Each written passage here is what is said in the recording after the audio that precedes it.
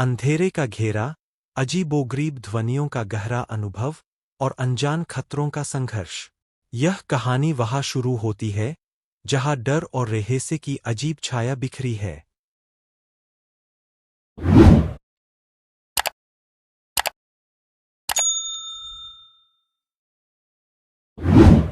मेघालय और असम के बॉर्डर के बीच एक शुनशान जंगल में रात ने अपनी काली घनी चादर ओढ़ ली थी।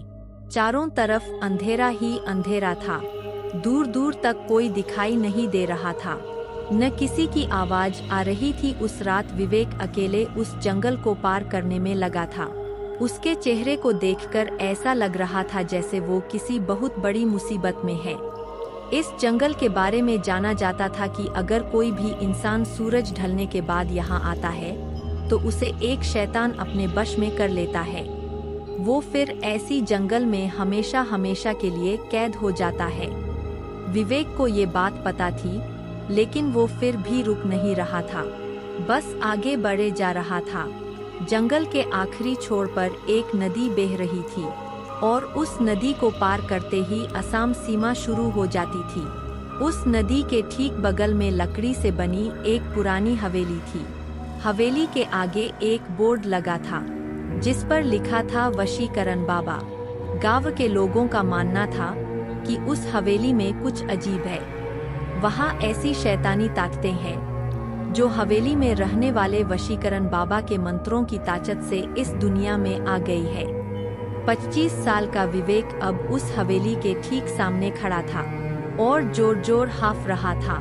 उस हवेली के दरवाजे पर एक बड़ा सा चौकोर निशान बना था, ठीक वैसे ही जैसे किसी मंत्र तंत्र की किताबों में होता है।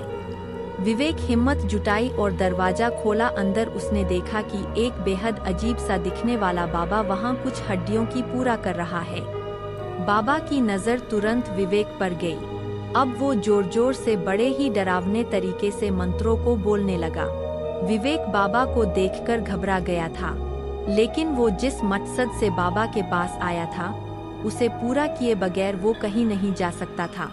आज से 2 दिन पहले विवेक की शादी को 2 साल होने को आए थे। वो अपनी बीवी वर्षा से बहुत प्यार करता था, लेकिन कुछ दिनों से वर्षा के बदले वर्ताव के कारण विवेक को वर्षा पर शक होने लगा था। उसे लगने लगा था कि वर्षा का किसी और लड़के के साथ चक्कर चल रहा है, जिसे लेकर दोनों के बीच बहुत लड़ाई हो गई और आखिर में बात डिवोर्स तक पहुंच गई और वर्षा उसे छोड़कर अपने दोस्त के घर रहने चली गई थी। विवेक वर्षा पर शक करते करते पागल हो गया था। उसके दिमाग से वर्षा का ख्याल निकल ही नहीं रहा था। सोते जागते वो बस वर्षा के बारे में ही सोचता रहता। एक दिन वो बस से ट्रेवल कर रहा था तो उसकी नज़र सीट पर लगे एक स्टिकर पर गई जिसपे लिखा था सिर्फ 1 घंटे में खोए हुए प्यार को वापस पाएं, और इसी के साथ नीचे एक पता भी लिखा था।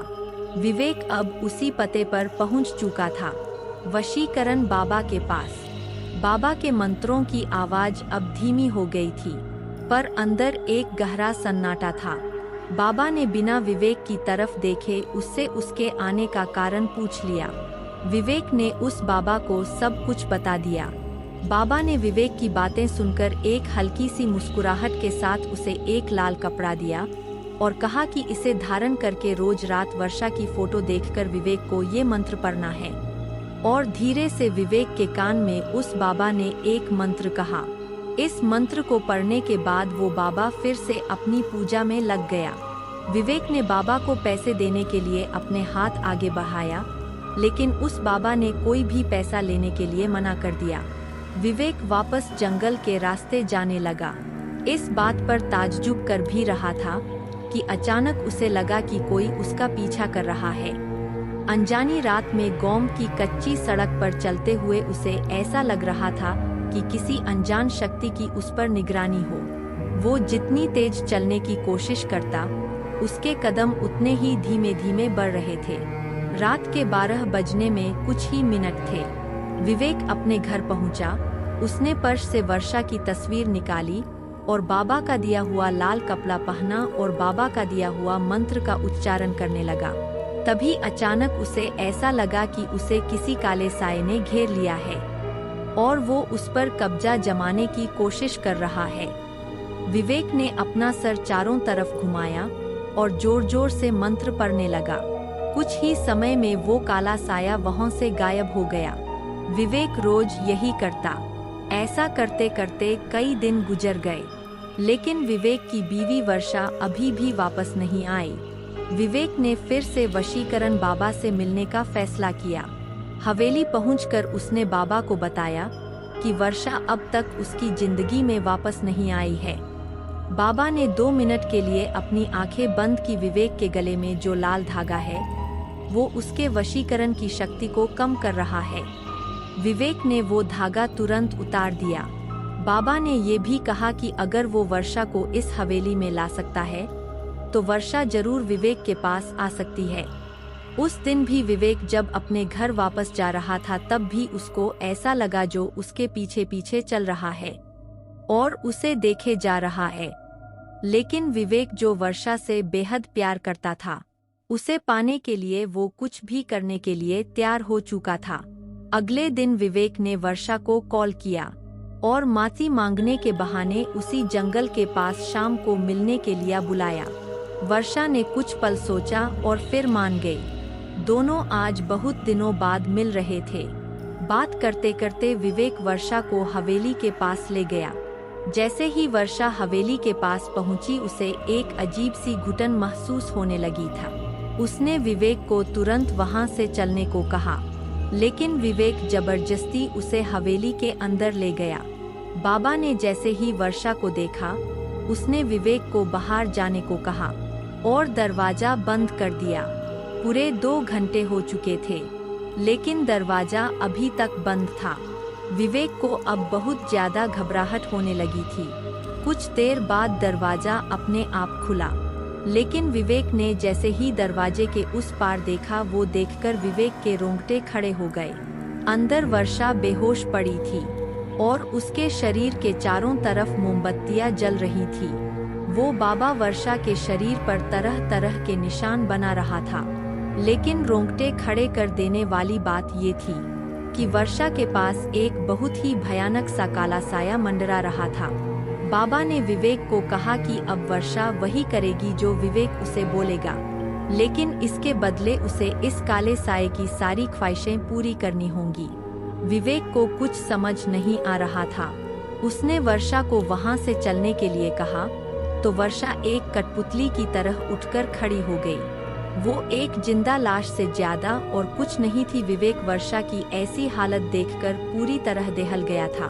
उसने बाबा से गुस्से में कहा वो वर्षा को पहले जैसा बना दे, लेकिन तभी काले साये ने विवेक को पीछे से धक्का दे दिया। वो काला साया बाबा में समा गया।